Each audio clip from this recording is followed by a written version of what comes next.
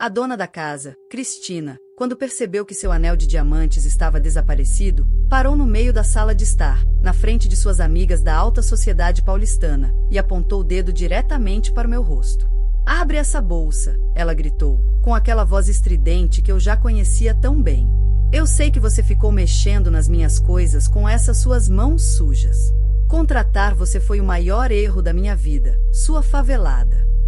O filho deles, o pequeno Gabriel, estava agarrado na minha perna, chorando de medo, enquanto Dona Cristina arrancou minha bolsa do meu ombro com força e despejou todo o conteúdo: meu perfume barato comprado na farmácia, meu bilhete único do metrô, minha camiseta reserva toda amassada, naquele piso de mármore Carrara importado que ela tanto se orgulhava de mostrar para as visitas. O marido dela, Dr. Marcelo, estava recostado no sofá de couro italiano, tomando seu uísque escocês de 12 anos, e disse com aquele ar de superioridade: "Já liguei para a polícia. Não vou perder meu tempo com essa ladrão." Mas naquela noite, quando ela virou minha bolsa de cabeça para baixo com tanta raiva, eles não sabiam que estavam cometendo um erro fatal. Aquele cartão de visita cinza metálico que estava guardado no bolso com zíper da minha bolsa, e que caiu no chão junto com minhas coisas, não era apenas um cartão qualquer. E mais importante ainda, eles não faziam a menor ideia de que a presidente do comitê de admissão daquela instituição prestigiada, pela qual eles gastaram fortunas e imploraram durante meses para matricular o filho, era exatamente a mulher que eles estavam tratando como uma criminosa naquele exato momento. Se vocês querem saber sobre aquele silêncio gelado que aconteceu no final dessa história, melhor se acomodarem bem na cadeira, porque o sinal da escola está prestes a tocar. Meu nome é Laís. Tenho 32 anos. Quem me vê na rua, vestindo um moletom largo e uma calça jeans desbotada, carregando uma mochila simples nas costas, pensa que sou apenas mais uma babá comum, dessas que trocam fraldas, esquentam mamadeiras e cantam musiquinhas de ninar. Uma trabalhadora invisível nessa cidade gigante chamada São Paulo. Mas a verdade é bem diferente. Eu sou doutora em desenvolvimento infantil, com PhD feito na Universidade de Cambridge, na Inglaterra. Sou a fundadora e diretora executiva da Espaço IP Amarelo, a rede de escolas de educação infantil mais prestigiada e mais difícil de entrar em todo o Brasil. Nosso jardim de infância no Jardim Europa tem lista de espera de 3 anos. Famílias da Faria Lima, de Moema, dos Jardins, todas querem que seus filhos estudem conosco. Por quê, então, uma mulher com meu currículo está trabalhando como babá? A resposta é simples: porque eu odeio ficar sentada atrás de uma mesa lendo relatórios e assinando papéis. Eu preciso ver a realidade com meus próprios olhos. Preciso saber como essas famílias de elite realmente tratam seus filhos quando as portas se fecham e as câmeras de Instagram são desligadas. Por isso, criei o meu método particular. Eu me infiltro. Escondo minha verdadeira identidade e viro a Laís, babá experiente, através de agências de emprego doméstico. Entro nas casas dos candidatos que se inscrevem na nossa escola, das famílias que enchem formulários dizendo que são perfeitas, que amam seus filhos acima de tudo, que merecem uma vaga na instituição mais conceituada do país. E então eu vejo de verdade. Vejo o que acontece quando a empregada não está olhando. Vejo como tratam as pessoas que consideram inferiores. Vejo se aquele amor todo que eles juram sentir pelos filhos é real, ou é só uma fachada bonita para postar nas redes sociais. Marcelo e Cristina Tavares eram um desses casos. Eles estavam na nossa lista de espera havia 2 anos. Moravam em um apartamento de 500 metros quadrados na Avenida Faria Lima, tinham 3 carros importados na garagem, e o sobrenome Tavares abria portas em clubes exclusivos e eventos beneficentes da alta sociedade paulistana. No formulário de inscrição, Cristina tinha escrito com aquela letra caprichada: "Nosso filho Gabriel é uma criança superdotada, extremamente inteligente e sensível. Ele merece o melhor ambiente educacional possível. Somos uma família estruturada, amorosa, e investimos tudo na educação e no bem-estar do nosso único filho." Parecia perfeito no papel, mas eu precisava ver pessoalmente. Foi quando a agência Lar e Confiança me ligou: "Dona Laís, tem uma família na Faria Lima procurando babá urgente. O casal Tavares. Você aceita?" Aceitei na hora. Cheguei lá em uma manhã de segunda-feira, me apresentando como Laís Ferreira, babá com 10 anos de experiência em casas de família. Cristina abriu a porta vestindo um conjunto de yoga de marca, com a sobrancelha recém-feita e as unhas impecáveis. Me olhou de cima a baixo, como quem avalia um móvel usado que está pensando em comprar. Você tem referências? Foi a primeira coisa que ela perguntou, sem nem dizer bom dia. Tenho sim, senhora. Trabalhei em Moema, no Morumbi, e... Tá bom, ela me cortou, impaciente. Não tenho tempo para ouvir sua vida toda. O que você precisa saber é o seguinte: Gabriel tem 4 anos, é uma criança muito inteligente, mas às vezes fica manhoso. Você vai cuidar dele, dar comida, trocar se ele se sujar e, principalmente, mantê-lo quieto. Eu trabalho de casa, faço lives no Instagram e não posso ter barulho de criança chorando no fundo. Entendeu? Entendi, senhora. E outra coisa, ela continuou, abrindo a geladeira e me mostrando potes organizados. Isso aqui é a comida dele. Orgânica, tudo separadinho, com as etiquetas. Não inventa de dar besteira para ele, viu? Eu controlo tudo que entra na boca do meu filho. Interessante, eu pensei. Controla tudo que entra na boca dele, mas não controla o que sai da própria boca quando fala com ele. Gabriel apareceu na cozinha naquele momento. Um menino pequeno, de cabelos castanhos lisinhos, olhos grandes e assustados. Ele me olhou com aquela expressão de quem não sabe se deve confiar em mais um adulto desconhecido. Oi, Gabriel, eu disse, abaixando até a altura dele. Eu sou a tia Laís. Vamos ser amigos? Ele não respondeu. Apenas olhou para a mãe, como se pedisse permissão para falar. Fala com a moça, Gabriel. Não fica parado aí que nem bobo. Cristina praticamente gritou. O menino encolheu os ombros. Oi, disse baixinho. Cristina revirou os olhos. Ai, meu Deus. Esse menino é muito tímido. Não sei de quem ele puxou isso. Eu e o Marcelo somos super comunicativos. Durante os primeiros dias, fui observando tudo. Cristina passava o dia inteiro fazendo stories no Instagram. Mostrava a casa decorada, os produtos de beleza caríssimos, as roupas de grife. Mas Gabriel era como um fantasma naquela casa. Ele brincava sozinho no quarto, falava baixo e sempre parecia com medo de incomodar.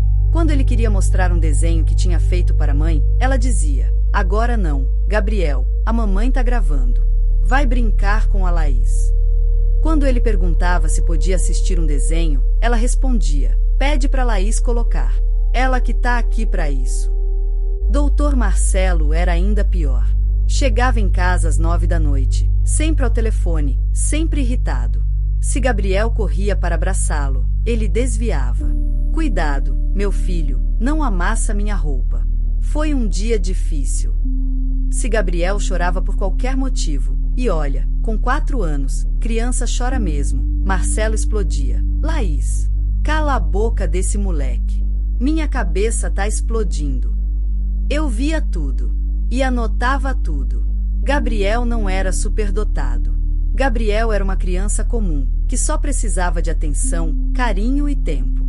Mas os pais dele estavam tão ocupados construindo uma imagem perfeita de família bem-sucedida que não percebiam que o filho deles estava crescendo numa redoma de vidro, sozinho, invisível. A única pessoa que brincava com Gabriel era eu. Eu lia historinhas para ele antes de dormir. Eu fazia aviõezinhos de papel e brincava de corrida. Eu cantava músicas bobas que faziam ele rir.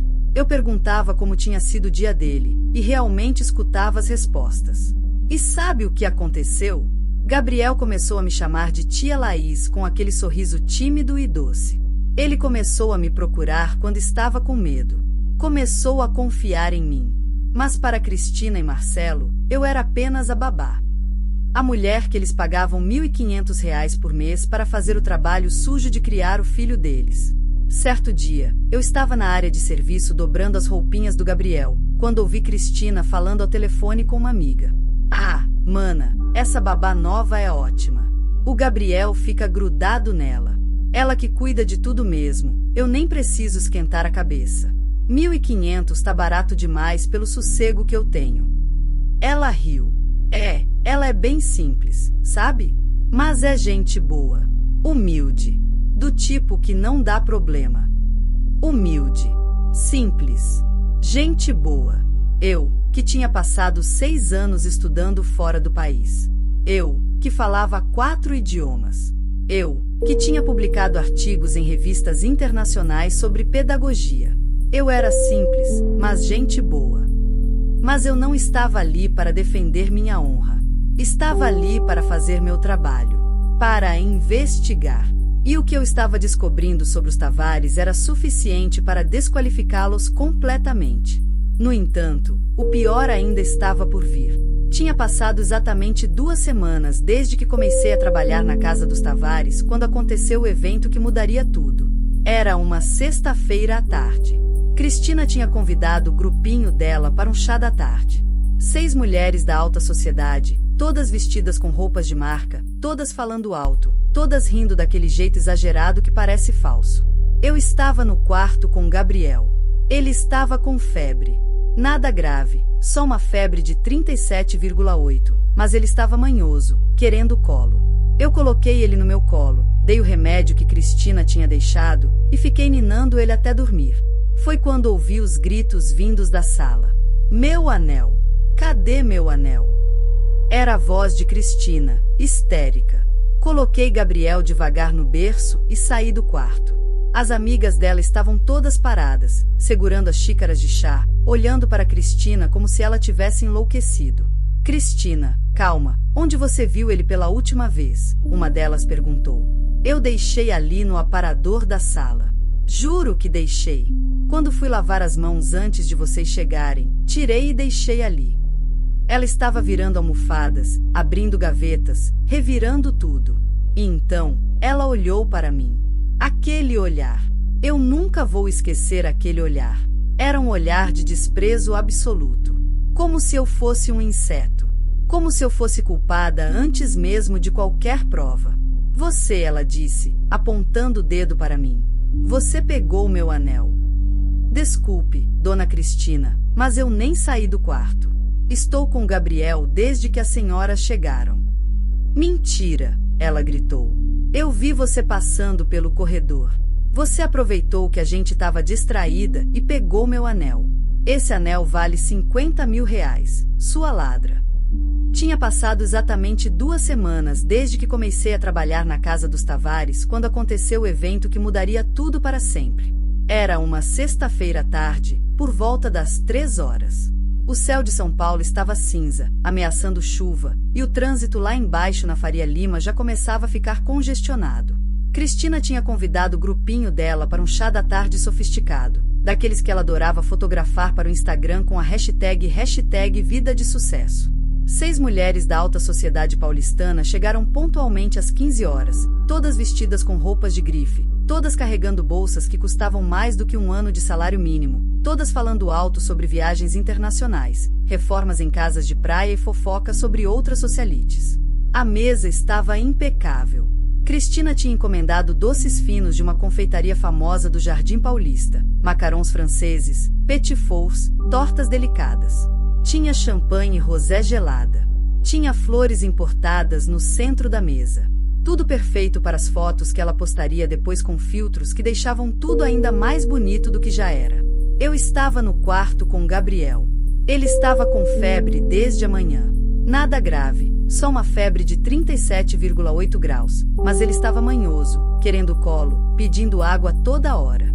Eu tinha dado o antitérmico que Cristina deixou, sem nem perguntar como ele estava, diga-se de passagem, e estava com ele no colo, ninando, cantando baixinho enquanto ele finalmente começava a pegar no sono. Gabriel tinha os dedinhos agarrados na minha blusa, a cabecinha quente apoiada no meu ombro, respirando devagar. Ele estava finalmente relaxando, o remedinho começando a fazer efeito. Foi quando ouvi os gritos vindos da sala.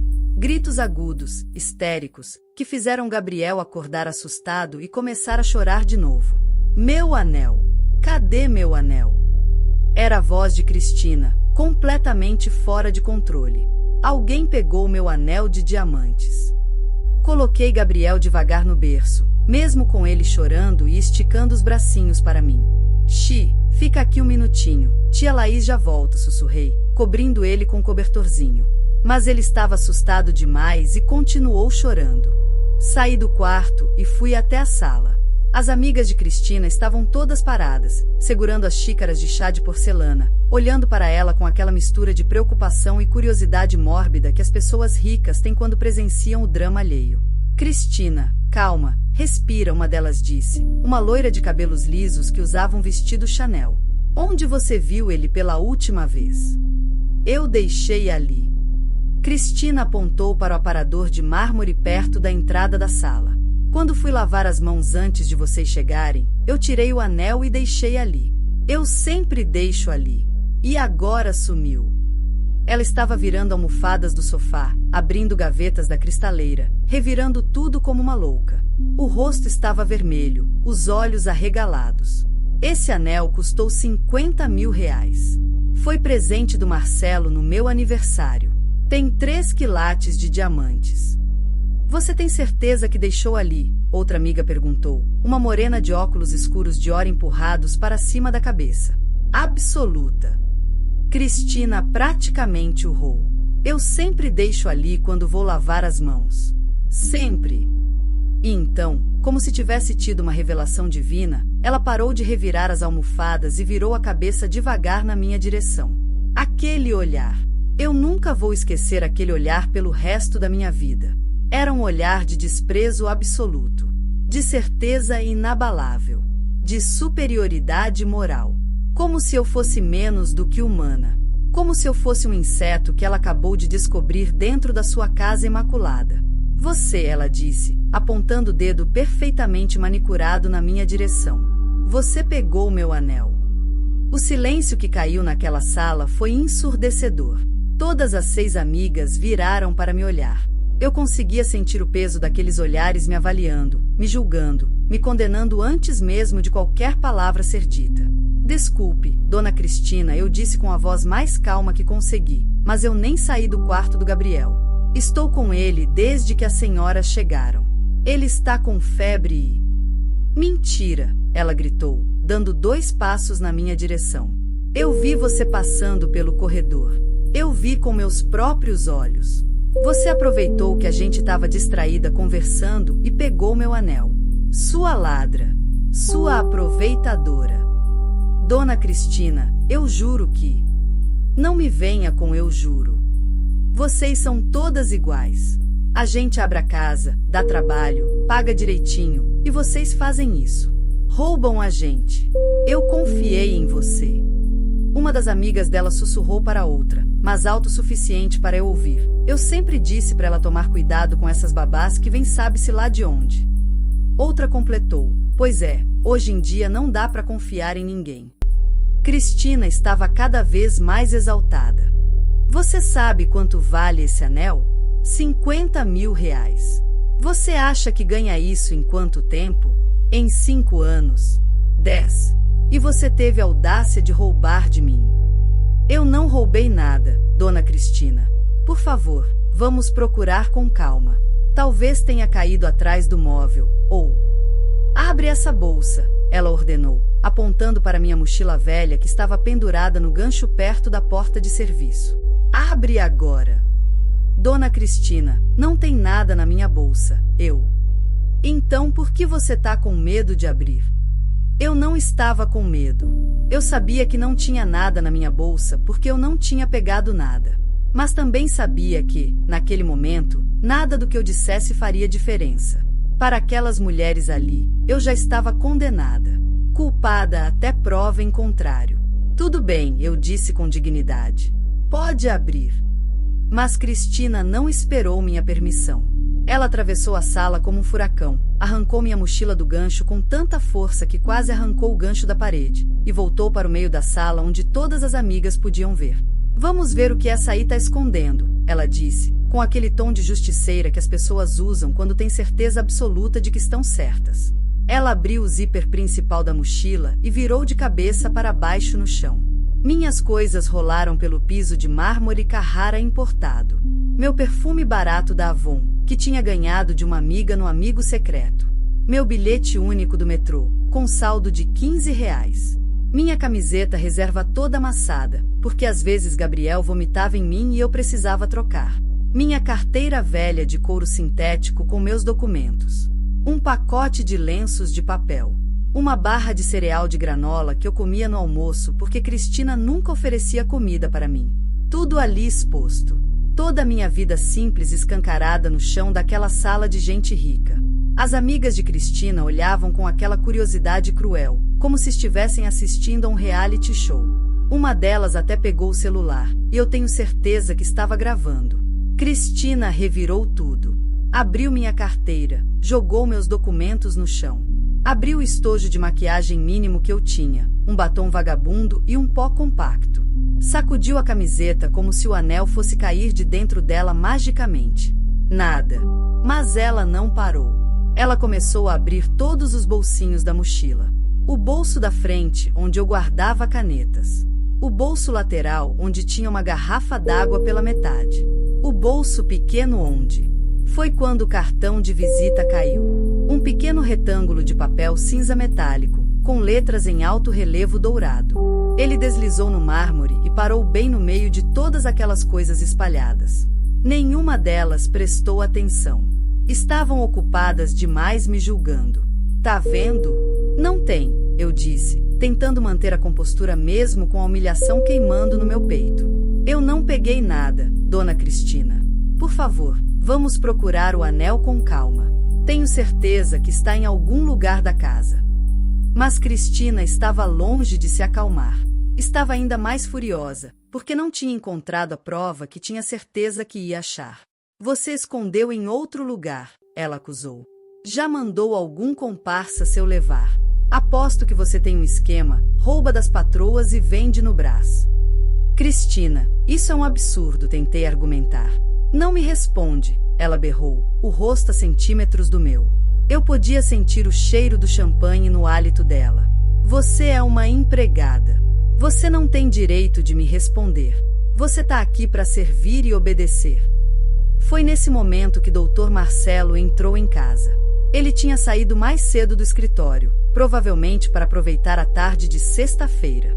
Entrou pela porta com aquele terno risca de giz italiano, a maleta de couro na mão, e parou confuso ao ver a cena. 6 mulheres paradas com taças na mão, minha mochila no chão com tudo espalhado, a esposa dele vermelha de raiva me encarando. Que diabos está acontecendo aqui? Ele perguntou. Minhas coisas rolaram pelo piso de mármore Carrara importado. Meu perfume barato da Avon, que tinha ganhado de uma amiga no Amigo Secreto. Meu bilhete único do metrô, com saldo de R$ 15. Minha camiseta reserva toda amassada, porque às vezes Gabriel vomitava em mim e eu precisava trocar. Minha carteira velha de couro sintético com meus documentos. Um pacote de lenços de papel. Uma barra de cereal de granola que eu comia no almoço porque Cristina nunca oferecia comida para mim. Tudo ali exposto. Toda a minha vida simples escancarada no chão daquela sala de gente rica. As amigas de Cristina olhavam com aquela curiosidade cruel, como se estivessem assistindo a um reality show. Uma delas até pegou o celular, e eu tenho certeza que estava gravando. Cristina revirou tudo. Abriu minha carteira, jogou meus documentos no chão. Abriu o estojo de maquiagem mínimo que eu tinha, um batom vagabundo e um pó compacto.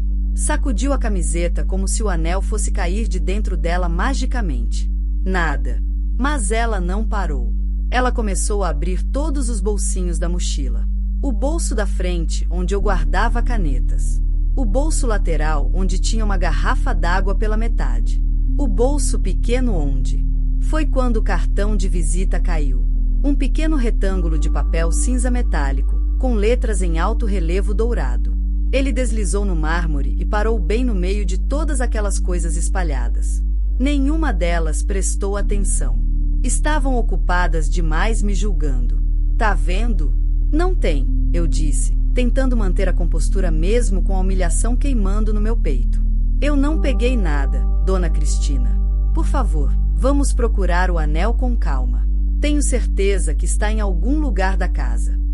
Mas Cristina estava longe de se acalmar. Estava ainda mais furiosa, porque não tinha encontrado a prova que tinha certeza que ia achar. Você escondeu em outro lugar, ela acusou. Já mandou algum comparsa seu levar. Aposto que você tem um esquema, rouba das patroas e vende no Brás. Cristina, isso é um absurdo, tentei argumentar. Não me responde, ela berrou, o rosto a centímetros do meu. Eu podia sentir o cheiro do champanhe no hálito dela. Você é uma empregada. Você não tem direito de me responder. Você tá aqui para servir e obedecer. Foi nesse momento que Dr. Marcelo entrou em casa. Ele tinha saído mais cedo do escritório, provavelmente para aproveitar a tarde de sexta-feira. Entrou pela porta com aquele terno risca de giz italiano, a maleta de couro na mão, e parou confuso ao ver a cena. 6 mulheres paradas com taças na mão, minha mochila no chão com tudo espalhado, a esposa dele vermelha de raiva me encarando. Que diabos está acontecendo aqui? Ele perguntou. Marcelo. Cristina correu até ele. O meu anel sumiu. O anel de diamantes que você me deu. E foi essa aí que roubou. Ela apontou para mim como se eu fosse uma criminosa perigosa. Marcelo olhou para mim com aquele olhar frio e calculista de advogado. É verdade isso? Não, doutor Marcelo. Eu não peguei nada. Eu estava no quarto com Gabriel o tempo todo. Ele está com febre e... O Gabriel pode esperar. Cristina interrompeu. Meu anel não pode. Vale 50 mil reais. Marcelo suspirou, largou a maleta no chão e puxou o celular do bolso. Tá bom. Vou resolver isso de uma vez. O que você vai fazer? Cristina perguntou. Vou ligar para a polícia. Essa mulher não sai daqui até ser revistada por um policial. Se ela roubou, vai ter que devolver. E se não devolver, vai para a cadeia. Simples assim. Meu coração acelerou. Não de medo de ser presa, eu sabia que era inocente. Mas de raiva. Raiva pura de ver como aquelas pessoas podiam ser cruéis, como podiam destruir a dignidade de alguém sem pensar 2 vezes. Marcelo discou 190. Colocou no viva voz para todo mundo ouvir. Boa tarde, Polícia Militar, em que posso ajudar? Boa tarde. Meu nome é Dr. Marcelo Tavares, advogado. Estou ligando do meu apartamento na Avenida Faria Lima, número 3200, apartamento 1401. Acabei de chegar em casa e descobri que minha esposa foi vítima de um furto. A funcionária doméstica roubou um anel de diamantes avaliado em 50 mil reais. Preciso que enviem uma viatura imediatamente para fazer a apreensão da suspeita e recuperar o objeto roubado. Senhor, o senhor viu a funcionária pegando o anel? Não foi necessário. Ela é a única pessoa na casa além da minha esposa e das amigas dela, que são todas pessoas de confiança da nossa classe social. É óbvio que foi ela. Entendo. Vou enviar uma viatura para fazer a ocorrência. Mas o senhor sabe que sem provas materiais. Vocês vão fazer a revista nela. Obrigar ela a dizer onde escondeu. Ela deve ter passado para algum comparsa na rua. Vocês têm câmeras do prédio. Quero essa mulher investigada e presa se necessário. Certo, senhor. A viatura chegará em aproximadamente 20 minutos. Marcelo desligou e me olhou com desprezo. Pode sentar aí e esperar quietinha. Se tentar sair, eu te seguro até a polícia chegar. Entendeu? Eu não respondi. Apenas me sentei na beirada do sofá, enquanto aquelas 6 mulheres me olhavam como se eu fosse um animal no zoológico. Cristina se serviu de mais champanhe, como se estivesse comemorando. Eu sempre soube que tinha algo errado com você. Aquela sua cara de pidona, fingindo ser humilde. Era tudo máscara para poder roubar a gente por dentro. Uma das amigas, a loira do vestido Chanel, disse: Imagina, Cris, se ela não tivesse roubado logo agora? Se tivesse esperado mais umas semanas, ela podia ter roubado muito mais coisa. Pois é, outra emendou. Você deu sorte de descobrir rápido. Elas falavam de mim como se eu não estivesse ali. Como se eu fosse invisível. Ou pior, como se eu fosse tão inferior que minha presença não importava. Gabriel estava chorando no quarto. Eu conseguia ouvir. Ele estava me chamando, Tia Laís. Tia Laís. Meu coração se apertou. Eu queria correr até lá, pegar ele no colo, acalmá-lo. Mas Marcelo estava me olhando fixo, como um guarda prisional. Dona Cristina, eu disse com a voz controlada, o Gabriel está chorando. Posso ir lá acalmar ele? Nem pensa, ela respondeu ríspida. Você não encosta mais no meu filho. Quem sabe que tipo de coisa você ensinou para ele? Deve ter ensinado ele a roubar também. Lágrimas de raiva queimaram nos meus olhos, mas eu não deixei cair. Não ia dar esse gostinho para elas. Os 20 minutos pareceram 2 horas. Ninguém falava comigo. Elas voltaram a conversar entre si, como se o entretenimento tivesse terminado e agora era só esperar o próximo ato do show. Finalmente, a campainha tocou. Marcelo praticamente correu para atender. Eram 2 policiais militares. Um sargento mais velho, de uns 50 anos, e um soldado jovem, não deveria ter mais de 25. Boa tarde. Doutor Marcelo Tavares, o sargento perguntou. Sou eu. Entrem, por favor. Marcelo abriu espaço. Obrigado por virem tão rápido. Os policiais entraram e olharam ao redor. Viram a sala luxuosa, as mulheres elegantes, e depois viram eu, sentada com minhas coisas ainda espalhadas no chão. Alguém pode explicar o que aconteceu? O sargento perguntou, puxando um bloquinho de anotações. Cristina se adiantou, falando rápido e nervosa. Oficiais, eu estava aqui com minhas amigas, tomando chá, quando percebi que meu anel de noivado tinha sumido. É um anel de ouro branco com 3 quilates de diamantes, avaliado em R$50.000. Eu tinha deixado ali no aparador, ela apontou, e quando fui pegar, não estava mais. A única pessoa que poderia ter pego é ela. Dedo apontado para mim de novo. A babá. Ela estava na casa o tempo todo. O sargento olhou para mim. Senhora, qual é seu nome? Laís Ferreira. A senhora pegou o anel? Não, senhor. Eu estava no quarto cuidando da criança. Ele está com febre. Ela tá mentindo. Cristina explodiu. Eu vi ela passando pelo corredor. Ela aproveitou e pegou. A senhora viu ela pegando o anel? O sargento perguntou. Bem, não diretamente, mas... Então a senhora não viu. A senhora só acha que foi ela. Marcelo interveio com aquela voz de advogado corporativo. Sargento, com todo respeito, está óbvio quem foi. Quem mais teria acesso? Quem mais teria motivo? Olhe para ela. É uma pessoa simples, de classe baixa, que precisa de dinheiro. O sargento me olhou de novo. Eu vi algo no olhar dele. Não era desprezo como o das mulheres. Era cansaço. Como se ele já tivesse visto aquela cena muitas vezes antes. Patrões ricos acusando empregados pobres. E quase sempre, no final, o objeto roubado aparecia em algum lugar da própria casa. Senhora Laís, a senhora se importa se nós revistarem sua bolsa? Já revirei tudo. Cristina disse. Não tem nada. Ela deve ter escondido em outro lugar, ou já passou para alguém. Pode revistar, eu disse calmamente. Não tenho nada a esconder. O soldado jovem se abaixou e começou a colocar minhas coisas de volta na mochila, revirando cada item. Nada. Nem sinal do anel. Tem mais algum pertence seu na casa? O sargento me perguntou. Só uma troca de roupa que está no banheiro de serviço. Pode buscar pra gente? Fui até o banheiro minúsculo de serviço e peguei meu saquinho com a roupa. Dei para ele. Revirou. Nada. Vamos verificar o quarto onde a senhora estava, o sargento disse, e fomos todos para o quarto de Gabriel.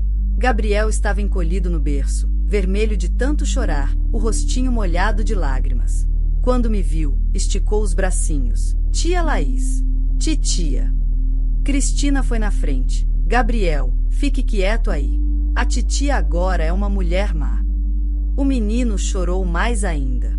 Os policiais revistaram o quarto. Olharam embaixo dos móveis, dentro do armário de brinquedos, até dentro do cesto de roupas sujas. Nada. Não encontramos nada, senhora, o sargento disse para Cristina. É porque ela escondeu em outro lugar. Cristina estava ficando desesperada. A narrativa dela estava desmoronando. Revistam ela. Façam revista pessoal. Senhora, sem ordem judicial e sem indício concreto, não podemos fazer revista pessoal, o sargento explicou pacientemente. Foi quando o soldado jovem, que estava olhando ao redor da sala, abaixou perto do sofá. Sargento, acho que encontrei algo. Todo mundo se virou para ele. Ele estava apontando para baixo do sofá, onde tinha uma caminha de pelúcia de um cachorrinho poodle branco que Cristina tinha, um daqueles cachorros de madame que custam 10 mil reais e comem ração importada. O soldado enfiou a mão e puxou a caminha. E lá, brilhando na luz da tarde que entrava pela janela, estava o anel.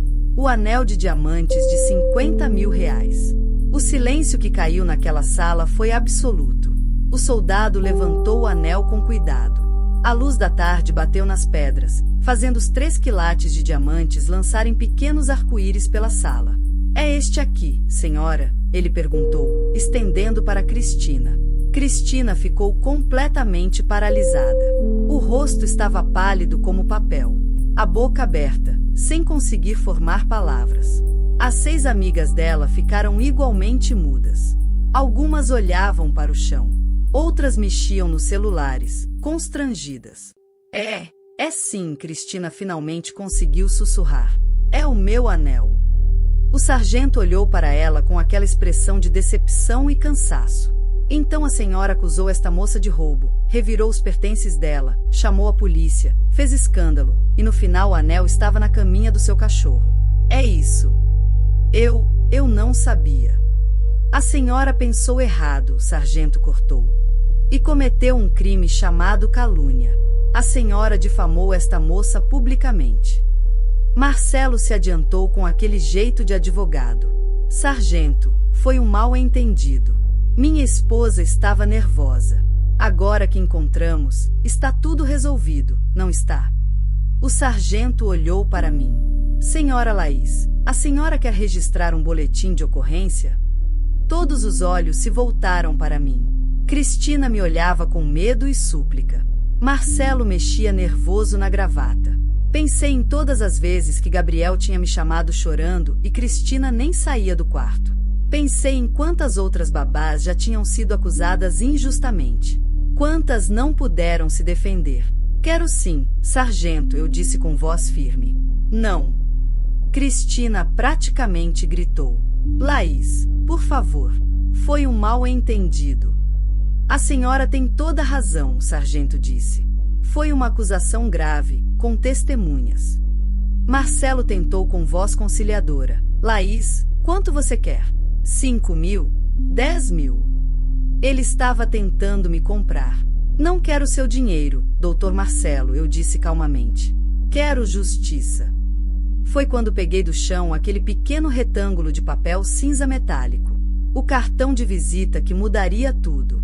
Mas antes do sargento registrar o boletim, eu disse, e minha voz tinha mudado completamente. Não era mais a voz submissa da babá humilde. Era voz firme e cheia de autoridade. Eu preciso esclarecer uma coisa. Todos me olharam, confusos. Doutor Marcelo, o senhor disse que pessoas como eu têm motivo para roubar. Que basta olhar para mim e ver que sou simples. Correto. E a senhora, Dona Cristina, me chamou de favelada, ladra. Disse que sou sem instrução, mas gente boa que fica quieta no canto. Lembra? Cristina estava branca. Então eu gostaria, continuei, estendendo o cartão para Marcelo, que o senhor lesse isso em voz alta. Marcelo pegou o cartão com a mão trêmula. Seus olhos percorreram as letras douradas. E eu vi o exato momento em que ele entendeu. O sangue sumiu do rosto dele. Lê em voz alta, Doutor Marcelo. Ele tentou falar, mas a voz saiu rouca. Doutora Laís Ferreira. PhD em Desenvolvimento Infantil. Universidade de Cambridge. Fundadora e diretora executiva. Espaço IP amarelo. O estrondo de uma taça caindo no chão. Uma das amigas deixou o champanhe escorrer da mão. Cristina levou a mão à boca. Não pode ser, você. Sim, eu disse, e sorri pela primeira vez. Eu sou a doutora Laís Ferreira. Sou a pessoa que decide se Gabriel vai estudar na instituição que vocês imploraram por 2 anos. Cristina começou a tremer. Mas, por quê? Porque no espaço IP amarelo, nós não aceitamos apenas crianças. Aceitamos famílias. E para entender uma família de verdade, eu preciso ver como vocês tratam seus filhos quando ninguém importante está olhando. Como tratam as pessoas que trabalham para vocês. Fiz uma pausa. E o que eu vi aqui foi suficiente para desqualificar completamente a candidatura de Gabriel. Não. Cristina caiu de joelhos. Por favor, ele não tem culpa. Ele precisa dessa escola. Seu filho não precisa da melhor escola, Dona Cristina. Ele precisa de pais que olhem para ele, que brinquem com ele. Eu posso mudar. Vou ser uma mãe melhor. Vai. Então me diga, qual é o desenho favorito do Gabriel? Silêncio. Qual é a cor favorita dele? Silêncio. O que ele quer ser quando crescer? Cristina não sabia. Não sabia nada sobre o próprio filho. Astronauta, eu disse suavemente. A cor favorita é azul. E o desenho é octonautas. As amigas dela estavam saindo discretamente, uma por uma. Marcelo tentou uma última vez. Doutora Laís, podemos fazer uma doação. 100 mil reais. 200. Se o senhor acha que pode comprar uma vaga na minha escola, entendeu muito mal o que fazemos. Nossa instituição não está à venda. Olhei para o sargento. Quero registrar o boletim e fazer uma denúncia ao Conselho Tutelar sobre negligência emocional. Não. Você não pode destruir minha família. Vocês fizeram isso sozinhos. Eu só estou documentando. Comecei a juntar minhas coisas. Antes de sair, fui até o quarto de Gabriel. Tia Laís, você vai embora? Vou, meu amor. Mas você vai ficar bem. Eu não quero que você vá, ele chorou, me abraçando. Eu não posso ficar, Gabriel. Mas vou deixar algo para você. Escrevi meu telefone em um papel e coloquei embaixo do travesseiro. Quando você crescer, me liga. Tá bem. Dei um último abraço e saí. Na sala, peguei 15 notas de 100 reais. 1.500 reais. Seu salário. Não me deve nada.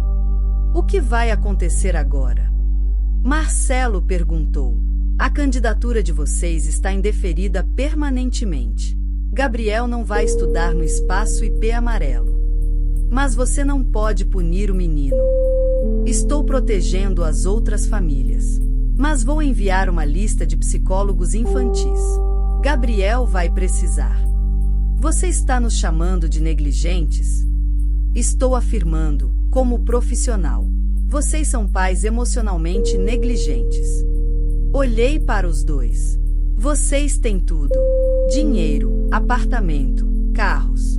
Mas não têm o que Gabriel realmente precisa. Tempo, atenção, amor. Espero que usem essa humilhação como aprendizado. Abri a porta. E vou contar essa história. Não vou usar nomes. Mas vou contar em palestras, como exemplo de tudo que está errado. Nossa reputação vai ser destruída. Deveria ter pensado nisso antes de me chamar de ladra. E saí. Simplesmente saí. 3 meses se passaram. A história se espalhou no mundo da alta sociedade paulistana. Você soube da Cristina Tavares? Que mico! Imagina tratar assim a diretora da escola. As consequências foram brutais. Cristina perdeu patrocínios, seguidores e as amigas. Marcelo foi convidado a tirar licença do escritório. Todas as outras escolas de elite fecharam as portas para Gabriel. Diretores conversam entre si. Gabriel foi matriculado numa escola pública do bairro. E sabe, ele está florescendo. Mais falante, mais sorridente.